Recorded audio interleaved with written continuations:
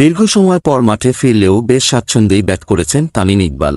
জাতীয় ক্রিকেট লিগে ৪ ম্যাচের মধ্যে তুলে নিলেন দ্বিতীয় 50। সিলেটে ৪ ছক্কার ঝড় তুলে অল্পের জন্য মিস করেছেন সেঞ্চুরি। রোববার বরিশালের বিপক্ষে চট্টগ্রামের হয়ে ৯১ রানের মারকুটে এক ইনিংস খেলেছেন তামিম। ৫৪ বল মোকাবিলায় তার ইনিংসটি সাজানো ছিল ৭-৪ ও ৬ ছক্কার মারে। গত বছরের সেপ্টেম্বরে সবশেষ জাতীয় দলের হয়ে খেলেছিলেন তামিম, আর ঘরোয়া ক্রিকেটে সবশেষ খেলেছেন চলতি বছরের মে মাসে।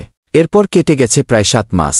মাঝখানে নিজের ইনজুরি ও ফিটনেস নিয়ে কাজ করেছেন বাংলাদেশ দলের সাবেক ওয়ানডে অধিনায়ক। কিন্তু দীর্ঘ সময় পর মাঠে ফিরলেও তাকে খুব বেশি ভুগতে দেখা যায়নি। প্রথম ম্যাচে ১৩ রান করে আউট হলেও পরবর্তী ৩ ম্যাচেই দুটি ছড়িয়েছেন। এর মধ্যে দ্বিতীয় ম্যাচেই হাঁকিয়েছিলেন ঝড়ো 50। ৩৩ বল মোকাবিলায় সিলেটের বিপক্ষে ৮-৪ ও ৩ ছক্কায় ৬৫ রান করে আউট হয়েছিলেন তিনি। তৃতীয় ম্যাচে অবশ্য স্বল্প রান তারায় নেমে কিছুটা ধীরগতির ছিলেন, তবে ২১ রানে অপরাজিত থেকে দলের জয় নিশ্চিত করে মাঠ ছেড়েছেন। আর চতুর্থ ম্যাচে তার ব্যাটিংই বলে দিচ্ছে আগামী আসরের বিপিএলের জন্য তো অবশ্যই, ড্যাশিং ওপেনার প্রস্তুত চ্যাম্পিয়ন্স ট্রফিতে খেলার জন্যও। আগামী মার্চে ৩৬ বসন্ত পার করতে যাওয়া তামিমের খেলার বিষয়ে ইতোমধ্যে সবুজ সংকেত পাওয়া গেছে বাংলাদেশ ক্রিকেট বোর্ডের পরিচালক ও নির্বাচকদের কাছ থেকে।